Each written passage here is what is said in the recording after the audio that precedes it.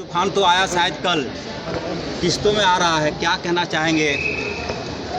तूफान का इंतज़ार करिए। तूफान ऐसा आएगा कि सारे बड़े लोग यहाँ धराशायी हो जाएंगे और हम भी उसी तूफान का इंतज़ार कर रहे हैं।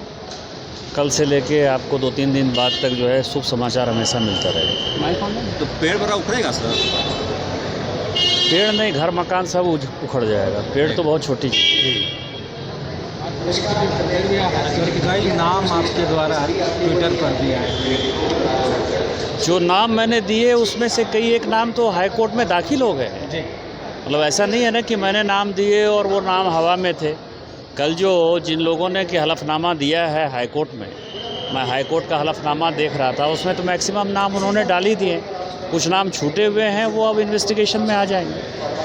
आज आपने एक ट्वीट किया है जिसमें बोला है कि पूरा मंत्रिमंडल को बुलाया जाएगा ईडी की तरफ से, इसीलिए कि करप्शन का एक बड़ा जो राज्यों में देखा गया है, एक बड़ा रास्ता उन्होंने मंत्रिमंडल में कहा कि मंत्रिमंडल में घटनोत्तर स्वीकृति हो गई, मंत्रिमंडल में पॉलिसी की स्वीकृति हो गई, किसी को सस्पेंड करना है तो भी मंत्रिमंडल जाते हैं।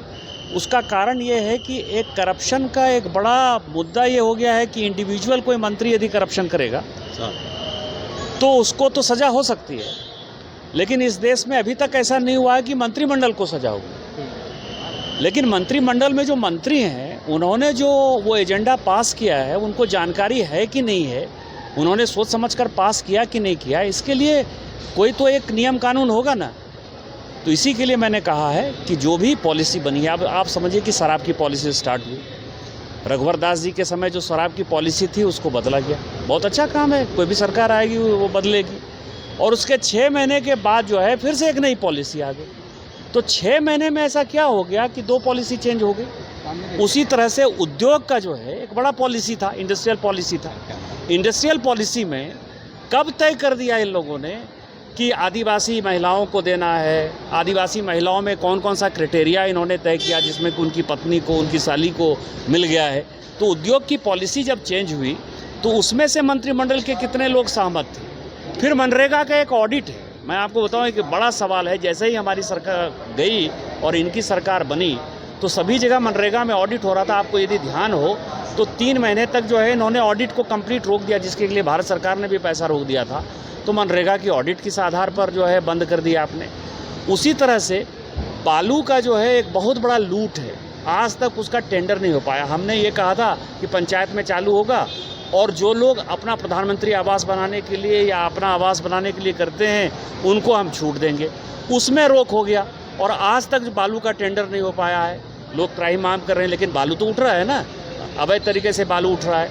उसी तरह से माइनिंग लीज में कब ये तय हो गया कि माइनिंग लीज की फाइल जो है वहाँ मंत्री तक नहीं जाएगी या डीएमओ तय कर देंगे। तो ये सारे ऐसे विषय हैं जो पिछले 2-2.5 साल में लोगों को भी जानने का है, एजेंसीज को भी। एजेंसीज किसी को तंग नहीं करना चाहती है ना।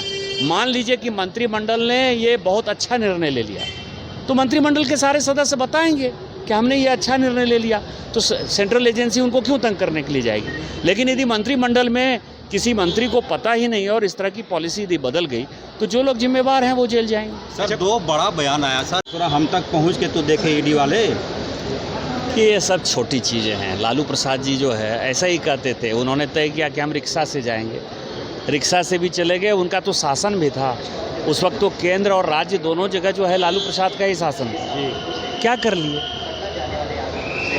केंद्र में भी उन्हीं का शासन था ना। देवेगौड़ा साहब जो है उन्हीं के समर्थन से तो सरकार बनाए हुए थे। यहाँ तो मान लीजिए केंद्र में अभी दूसरे पार्टी की सरकार है और ये कोई बनाना रिपब्लिक नहीं है कि जब मर्जी जैसा बोलते हैं। वो उनका फ्रस्ट्रेशन है और उनका दुख है जो ये बता रहा है कि यदि वो जेल चले जाएंगे तो क्या होगा, इस कारण से वो ज़्यादा टेंशन है। सर कल सीएम ने झारखंड की आवाज यूट्यूब न्यूज चैनल को सब्सक्राइब जरूर करें, लाइक, कमेंट और शेयर करना ना भूलें। जुड़े रहिए हमारे साथ क्योंकि हम हैं आपकी आवाज।